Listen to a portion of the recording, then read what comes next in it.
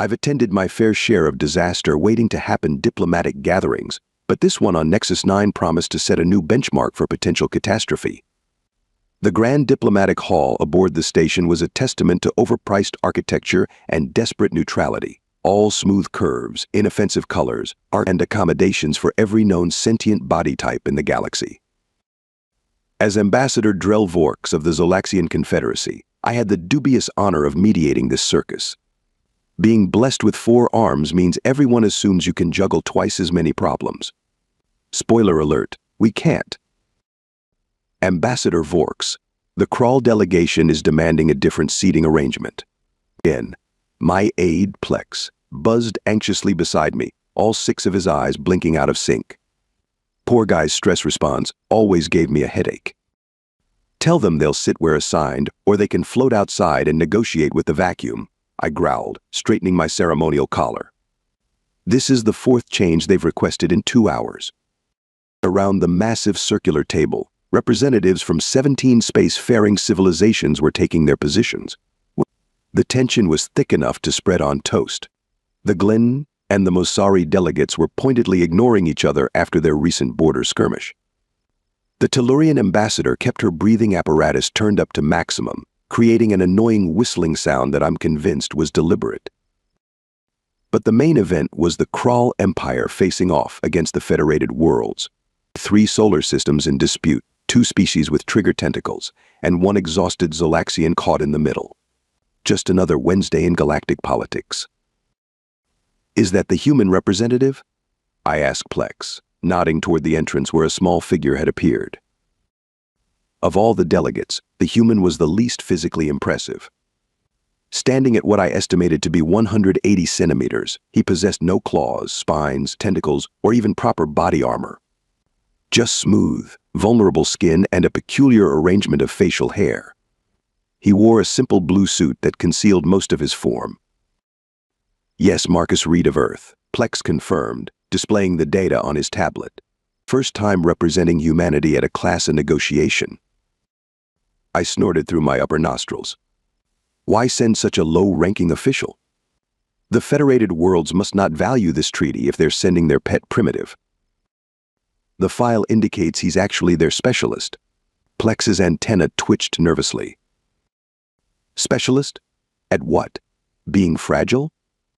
I quipped, watching the human calmly take his seat between the hulking Draxian ambassador and the acid-secreting Voss representative. He'll be eaten alive in this crowd, possibly literally, if he offends the Kral. The human called Marcus Reed caught my gaze from across the room and had the audacity to smile and offer a small nod. I turned away dismissively. Just another irrelevant player in this grand game of interstellar politics. How spectacularly wrong I was about to be. 3 hours into negotiations, and I was already contemplating a career change. Perhaps something relaxing, like defusing antimatter bombs or wrestling with Centaurian sand vipers. The Kral Empire categorically rejects the proposed boundaries of the Trixian sector, Ambassador Gorax thundered. His massive fist slamming onto the table hard enough to make the refreshment glasses jump. Standing at nearly 3 meters tall with armored skin that could deflect small arms fire, Gorax was the perfect representation of Kral diplomacy, loud, intimidating, and about as subtle as a supernova. The Federated Worlds delegation responded with predictable outrage. Arguments erupted across the table, translators working overtime as 17 different species tried to shout over each other in 34 languages. Order. We will maintain diplomatic protocols, I shouted, using all 4 arms to gesture for silence. Gradually the chaos subsided, though Gorax remained standing, his ridge spines fully extended in a classic Kral threat display. That's when I noticed something odd. The human Reed hadn't said a word since the proceedings began. He simply sat there, occasionally making notes on a primitive paper notebook, actual processed tree pulp, if you can believe the extravagance. When he shifted in his seat, I observed the strangest thing. The massive Draxian ambassador beside him actually moved to give him more space. The Draxian, a species famous for never yielding ground on principle, had just deferred to a being half its size. Ambassador Vorks, came a calm voice that somehow cut through the residual noise. It was Reed, addressing me directly for the first time. Perhaps a short recess would allow tempers to cool. Before I could respond, Gorak swiveled his massive head toward the human. The Krall do not need to cool tempers, soft creature. Your federated world sent a weakling to represent them. Is this how little they value these negotiations? I expected Reed to shrink under the Krall's intimidating gaze. Instead, he smiled pleasantly. Ambassador Gorax, I assure you my presence here reflects exactly how seriously we take these talks. Something in his tone made several species around the table shift uncomfortably. The Voss representative actually retracted her stingers, a sign of respect I'd never seen them show to anyone. We will take a 1-hour recess, I announced, curious about this development. During the break, I couldn't help but notice how other delegates interacted with Reed. They maintained a peculiar buffer zone around him, like planets orbiting a star at a safe distance. Even more telling was that when the Medusan ambassador accidentally bumped into Reed, she immediately apologized with all 3 of her speech orifices. Medusans don't apologize to anyone. And ever. Plex, I whispered to my aide as we retreated to our private chamber. Pull everything we have on this human. Something isn't adding up. While Plex worked, I observed Reed through the monitoring system. He moved through the reception area with an easy confidence, sipping on water while others consumed intoxicants. When Gorax deliberately blocked Reed's path, a blatant dominance display, the human simply stood his ground, looking up at the towering Krall with an expression that could almost be described as amused. Ambassador, I have the information, Plex said, his voice unusually tight. It's concerning. The file on Marcus Reed was heavily redacted, never a good sign. His official title was Special Diplomatic Envoy, but attached notes from various species told a different story. The Arcturian report described him as the solution sender. A Valerian security brief called him the quiet consequence. Most disturbing was a Krall military assessment labeling him simply as do not engage individually. This doesn't make sense, I muttered. He's just a human. They're practically infants on the galactic stage. There's more, Plex continued nervously. 3 standard years ago, Reed was present during the Proxima incident. I felt my breathing sacs constrict. Everyone knew about the Proxima incident. A routine negotiation that ended with 4 dead Thoraxian enforcers, a species with exoskeletons strong enough to withstand vacuum. The official report cited internal conflict, but rumors suggested otherwise. And this, Plex added, showing me security footage from a Federated Worlds embassy. It showed Reed calmly walking through what appeared to be the aftermath of an attack. Bodies of would-be assassins lay scattered around him. The human suit was immaculate, except for a small bloodstain on his right cuff that he was fastidiously dabbing with a handkerchief. A message notification flashed on our system. The recess was ending. Ambassador, Plex said quietly as we prepared to return, there's a saying I found in the human database, beware the fury of a patient man. Back in the Grand Diplomatic Hall, I found myself watching Reed with new eyes. He still looked harmless, but now I understood why the others kept their distance. When Gorak stormed back in, deliberately knocking over a smaller delegate from the Pishi Alliance, I noticed how Reed's eyes followed the Krall ambassador. His expression hadn't changed, but something in those eyes reminded me of the void between stars, empty, cold, and very, very dark. Let us resume negotiations, I said, with considerably less confidence than before. After 6 grueling hours of negotiations, we'd made exactly 0 progress. The evening reception was meant to ease tensions, but judging by the way species were clustering into opposing factions around the Grand Atrium, we'd need more than fancy whores, Dio-Woovers, and imported Venusian champagne to prevent a diplomatic catastrophe. I was nursing my 3rd glass of fermented Zolaxian root juice when it happened. Gorax and 3 other Krall delegates cornered Reed near the crystalline water feature that dominated the center of the room. Even from across the atrium, I could see Gorax's posture, spine ridges fully extended, upper mandibles splayed in the traditional prelude to a challenge. The music faded as conversations halted mid-sentence. Within seconds, a bubble of silence spread across the reception. So the soft skin thinks he can dictate terms to the Kral Empire. Gorax's voice boomed, deliberately loud enough for everyone to hear. You humans are barely out of your gravity well. Your bones would snap between my fingers. I moved closer, ostensibly to intervene in my role as mediator, but honestly, I was curious. Reed stood there, drink in hand, looking almost comically small next to the Kral's massive frame. What surprised me was his expression. Not fear, but something closer to boredom. Ambassador Gorax, Reed replied, his voice carrying easily despite its measured tone. I've always admired the Kral talent for stating the obvious. Yes, you could break my bones. You could also breathe oxygen and metabolize proteins. Shall we list more of our biological functions, or could we perhaps return to diplomacy?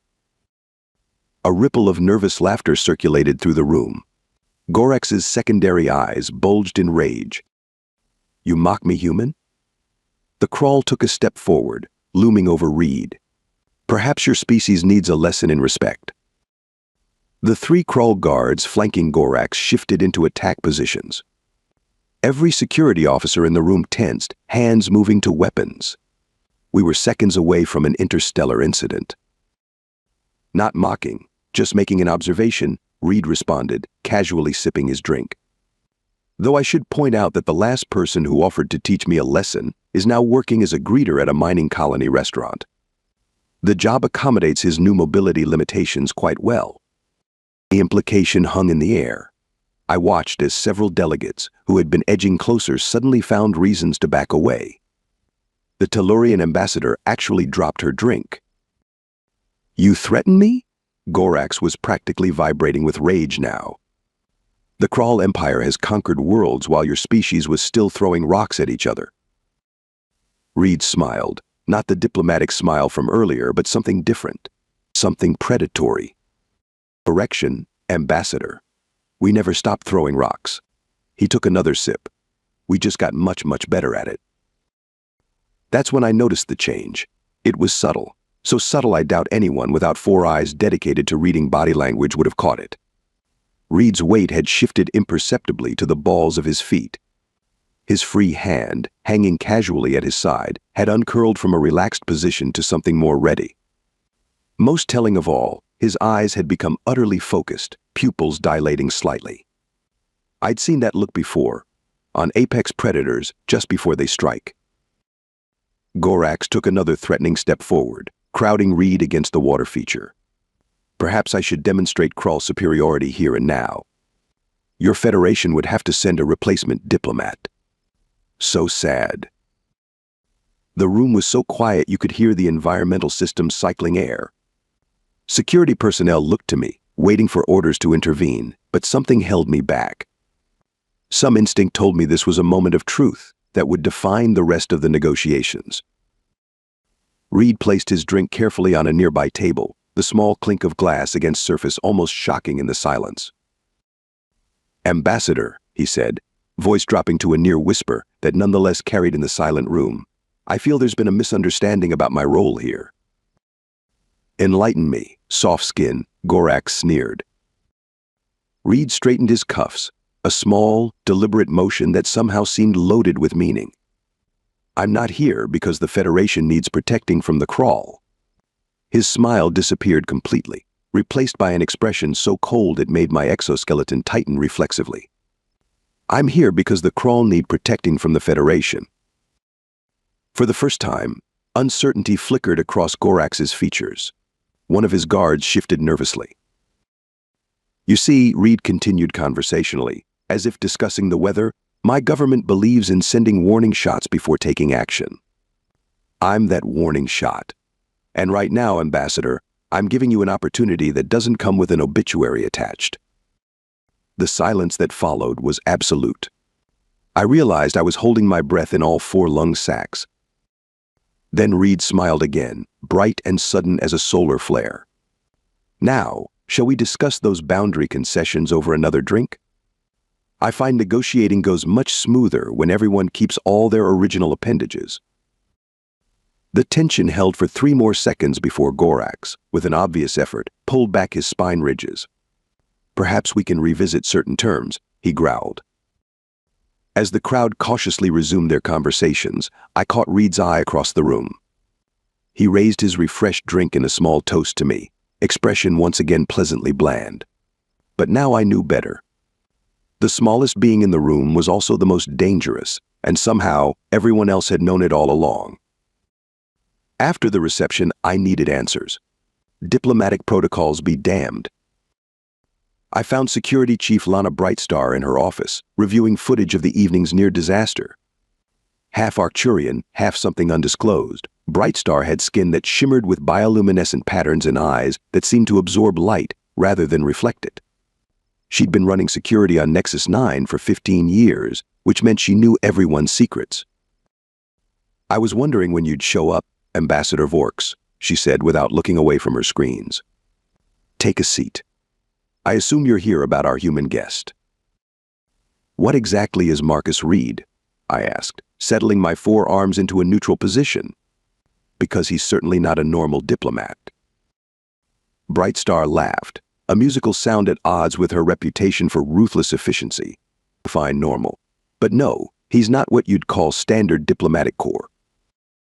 She pulled up a file on her terminal, angling it so I could see. "Earth has an interesting approach to interstellar relations. Most species send their smoothest talkers, their most educated legal minds. Humans sometimes send their most effective problem solvers." "He's an assassin?" I asked, feeling my scales tighten with alarm. "Nothing so crude," Brightstar frowned. "The humans have a saying, speak softly and carry a big stick. Most species just bring the stick. Humans like Reed are both the soft speech and the stick, wrapped in one unassuming package." She pulled up historical files, Earth's bloody progression from tribal conflicts to global wars. "Humans evolved on a death world, Ambassador. Not in the way the Krull claim their homeworld is harsh. Earth is actively trying to kill its inhabitants at all times. Atmospheric electrical discharges, tectonic instabilities, microorganisms that can fell a healthy human in days. Predators of all kinds." I shifted uncomfortably. Many species evolved in challenging environments. "Not like this," Brightstar shook her head. "Most predator species evolved one perfect killing method. Venom, strength, speed. Humans, they're persistence predators. Not the strongest, not the fastest. But they never, ever stop. And they can turn anything into a weapon." She switched to footage I recognized, the infamous Proxima incident. Official records say 4 Thoraxian enforcers killed each other in a dispute. The truth: Reed was cornered after negotiations broke down. The Thoraxians thought their exoskeletons made them invulnerable. The footage showed Reed, surrounded, speaking calmly to the Thoraxians. Then a blur of motion. He killed 4 armored enforcers with what? I leaned closer, unable to process what I was seeing. "A ceramic coffee cup and his bare hands," Brightstar said flatly. 17 seconds from start to finish. "That's impossible," I whispered, though the evidence was right before my eyes. "There was an incident on Centauri Prime last year," Brightstar continued. "A group of Saurian extremists took a human embassy hostage. The Federation sent Reed to negotiate. When talks failed, the Saurians threatened to execute hostages." She pulled up another file. Reed walked into their stronghold alone. No weapons detected on entry scan. 12 minutes later, he walked out with all 23 hostages. The only Saurian survivor described him as death wearing a polite smile. I felt a chill run through all 4 of my hearts. Why would they send someone like that here? We're conducting peaceful negotiations. Brightstar's luminescent patterns shifted to a deeper blue. "Because the Federation is tired of the Krull pushing boundaries. They're not sending Reed to assassinate anyone. They're sending him as a message." "What message?" I asked, though I suspected I knew the answer. "That humans don't need size or natural weapons to be dangerous. That the quiet, polite species that keeps to itself has teeth." She closed the files with a gesture. "The Krull don't respect diplomacy, Ambassador Vorks. They respect strength and the willingness to use it." I remembered Reed's posture when confronted by Gorax. The subtle shift from diplomat to something ancient and predatory. How quickly it had happened. How easily he had switched back. The truly frightening thing about humans like Reed, Brightstar said, studying my reaction, isn't their capacity for violence. It's their restraint. Any species can lash out. It takes a certain kind of evolutionary terror to smile at something threatening your life, calculate exactly how much force is needed to end that threat, and then choose not to. Until necessary. As I left Brightstar's office, my perception of the negotiations had fundamentally changed. The human wasn't some token representative. He was a calculation made flesh, a carefully calibrated warning. For the first time in my diplomatic career, I found myself hoping that cooler heads would prevail. Because I now understood what everyone else already seemed to know, the smallest being in the room was the one you absolutely did not touch. The final day of negotiations began with cautious optimism. After the confrontation at the reception, Gorax had been surprisingly accommodating. Too accommodating, as it turned out. I should have suspected something when the Krull delegation arrived with 4 additional cultural attaches, massive specimens even by Krull standards, their ceremonial armor barely concealing military-grade augmentations. We were midway through the final treaty draft when the chamber doors sealed with an ominous hiss. Gorax rose from his seat, mandibles spread in what passed for a smile among his kind. "This charade has gone on long enough," he announced. "The Krull Empire does not compromise. We take what is ours." The 4 Krull guards moved with practiced efficiency, producing weapons that should have been caught by security scans. Within seconds, they had positioned themselves strategically around the chamber. One of them grabbed the Tellurian ambassador, pressing a vibro blade against her breathing apparatus. "My government anticipated your reluctance to honor our claims," Gorax continued, clearly enjoying himself. "So we've arranged more favorable terms." The main view screen activated, showing Krull infiltrators in the station's critical systems. "Not good. Station security has been neutralized," Gorax announced. "And in 30 minutes, this station will suffer a catastrophic life support failure. Unless, of course, all delegates sign our revised treaty, ceding all disputed territories to the glorious Krull Empire." Around the table, delegates reacted with shock and outrage.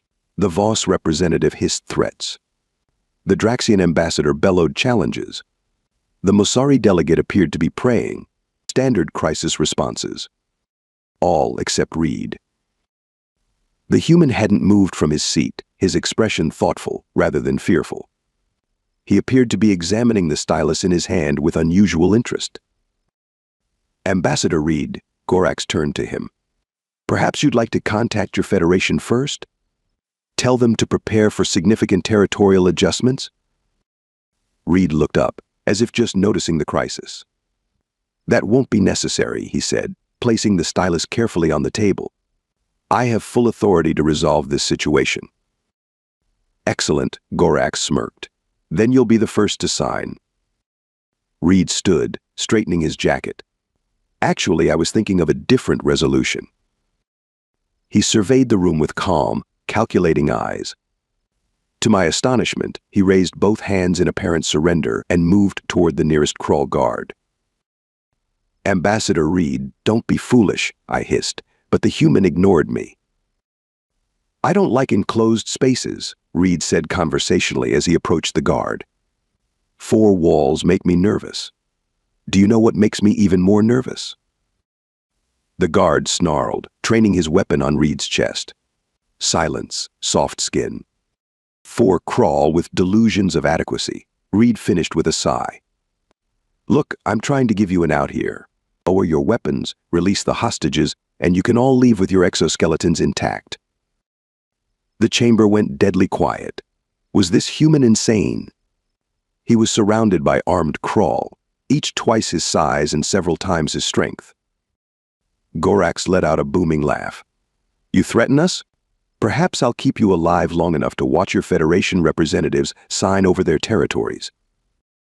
Reed shook his head, looking genuinely disappointed. "That's a no, then." What happened next occurred so quickly that my multiple eyes barely processed it. Reed's hands, still raised in surrender, suddenly held the decorative light fixture he'd detached from the ceiling.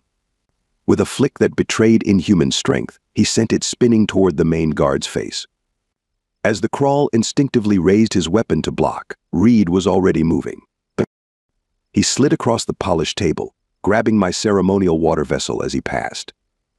The heavy metallic container became a projectile that caught the second guard in the throat with precision that couldn't be accidental. While that guard choked and staggered, Reed was on the third, the one holding the Tellurian hostage. There was a blur of motion, the sound of something hard striking exoskeleton, and suddenly the Tellurian was free and the guard was on the floor, vibro blade now embedded in his own leg joint. "You know what your problem is?" Reed asked, dodging a wild swing from the fourth guard with insulting ease. "Or training." He caught the guard's arm mid-strike, using the crawl's own momentum to slam him face first into the wall. Also, he added as the guard crumpled, terrible spatial awareness. 17 seconds. That's all it took. The first guard recovered enough to aim his weapon, but Reed was already there, twisting the gun away with one hand, while the other delivered a precise strike to what I knew to be a nerve cluster under crawl armor. The guard collapsed, limbs twitching uncontrollably. "For the record," Reed said, now holding the weapon casually, "that's called a brachial stun. Your species has 6 vulnerable nerve clusters that cause temporary paralysis when struck correctly. We mapped them all after our first contact." The second guard had recovered his breath and charged with a roar. Reed sidestepped with dancer-like grace, extending his foot. The charging crawl, unable to adjust, tripped spectacularly and crashed into the table, splintering it.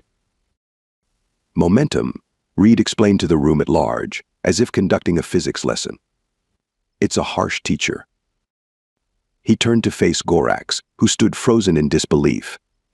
The human hadn't even broken a sweat. "Now, about those infiltrators," Reed said pleasantly, checking his wrist device. "You should be receiving some interesting news any moment." On cue, the view screen flickered, showing the crawl infiltrators now in restraints, surrounded by station security. "Did you really think the Federation wouldn't have its own people on this station?" Reed asked, sounding almost sympathetic. "Chief Brightstar sends her regards, by the way. She's quite cross about the security breach." Gorax, realizing his plan had completely unraveled, roared and drew a concealed weapon. Before anyone could react, he fired at Reed. What should have been a killing shot instead met empty air. The human had moved aside with impossible speed. Now he stood beside Gorax, the stylus he'd been examining earlier pressed against the crawl's neck. "This is a standard Earth writing implement," Reed said, his voice dropping to a dangerous whisper. "In my hand, it can pierce your carotid artery through your armor. You'd bleed out in approximately 40 seconds. For perhaps the first time in recorded history, a crawl ambassador trembled. "But then I'd have to fill out incident reports for weeks," Reed continued, withdrawing the stylus and pocketing it. "And frankly, your replacement would probably be just as tedious to deal with. So instead, you're going to order your surviving guards to stand down, and we're going to return to the original treaty terms, with a few adjustments in the Federation's favor, to compensate for this unfortunate misunderstanding." Gorax, defeated, gave the stand-down order. As station security flooded in to take control, Reed returned to his seat, straightening his slightly rumpled jacket. "Sorry about the table, Ambassador Vorks," he said to me with that same bland smile. "Federation will cover the damages, of course." I stared at him, seeing for the first time what he truly was, not a diplomat who could fight, but a weapon who could negotiate. "Shall we resume?" Reed asked, retrieving his stylus and notebook from the wreckage with perfect composure. "I believe we were discussing border concessions." The treaty signing ceremony proceeded with uncharacteristic efficiency 2 days later. Amazing how cooperative everyone becomes after watching 4 elite crawl warriors dismantled by a single human armed with office supplies. The crawl delegation, now led by a subdued assistant ambassador Trax after Gorax's sudden reassignment, accepted terms that were remarkably reasonable considering their attempted coup. The disputed territories would remain neutral for 20 standard years, with joint development rights and shared resource allocation. Most notably, the treaty included a new clause: human Federation observers would serve as guarantors at all major outposts. No one objected. Funny how that works. As delegates filed out after the signing, I found myself standing alone on the observation deck, watching ships depart from the station. The stars beyond the viewport seemed colder somehow, the universe a more dangerous place than I'd understood before. Credit for your thoughts, Ambassador Vorks. I didn't need to turn to recognize Reed's voice. He joined me at the viewport, gazing out at the same stars. I was just contemplating a significant revision to the Zolaxian Threat Assessment database, I replied honestly, particularly regarding deceptive appearances. Reed chuckled, the sound surprisingly warm and genuine, a wise adjustment. Though I hope you'll note that humans prefer cooperation to conflict. We're really quite reasonable. Says the man who took down 4 armed crawl with a stylus and a water jug. 5, actually, he corrected with a wink. The one in the corridor tried to ambush me on the way in. That's why I was 2 minutes late to the session. I stared at him, trying to reconcile this friendly, almost jovial individual with the calculated violence I'd witnessed. You're a paradox, Reed. Your species appears so fragile. No natural armor, no claws, middling strength at best. Yet we somehow stumbled our way to the galactic stage? He smiled. Evolution is funny that way. On Earth, we weren't the biggest or the strongest. We didn't have the best senses or natural weapons. What we had was adaptability, endurance, and these. He wiggled his fingers, those strangely dexterous appendages that had moved with such deadly precision. Plus pattern recognition and problem-solving that let us turn anything into an advantage, he continued. When everything on your planet is trying to kill you, you either get very good at survival or you go extinct. I found myself laughing, despite everything. And the Federation sent you, their most dangerous predator, as a diplomat. The irony is exquisite. Who better to value peace than someone who truly understands war? Reed's expression turned briefly serious. We don't want conflict, Ambassador. We just want everyone to know that if pushed, we push back. Hard. As we stood there, I realized something that perhaps I should have seen from the beginning. Humans weren't just dangerous because of their hidden physical capabilities. They were dangerous because they understood the power of perception, of being underestimated, of showing strength through restraint rather than display. Well, Ambassador Reed, I believe your mission here has been thoroughly successful, I said, extending 2 of my 4 hands in the traditional Zolaxian gesture of respect. The Zolaxian Confederacy would welcome closer diplomatic ties with humanity. Reed shook both my hands firmly. I'd like that very much, Ambassador Vorks. Perhaps you could visit Earth someday. We have a drink I think you'd enjoy. It's called tequila. I've heard rumors about human intoxicants, I said with mock horror. They say 1 glass of your alcohol would dissolve a Voss's digestive tract. Only the cheap stuff, Reed laughed, then checked his communication device. Ah, my transport is ready. Federation wants a full report. As he turned to leave, I couldn't resist one last question. Reed, what would you have done if Gorax hadn't backed down? Would you really have killed him with a writing implement? Reed paused, and for a brief moment, that mask of affable diplomacy slipped. The predator beneath looked out at me with calm, calculating eyes. Ambassador Vorks, he said with a smile that didn't quite reach those eyes, I never make threats, only promises. Then he was gone, leaving me with the unsettling realization that the galaxy had fundamentally changed. The universe now contained humans, smiling, polite, seemingly fragile creatures who could become living weapons between one heartbeat and the next. The smallest beings in the room, the ones you absolutely do not touch. Unless, of course, they offer you their hand first.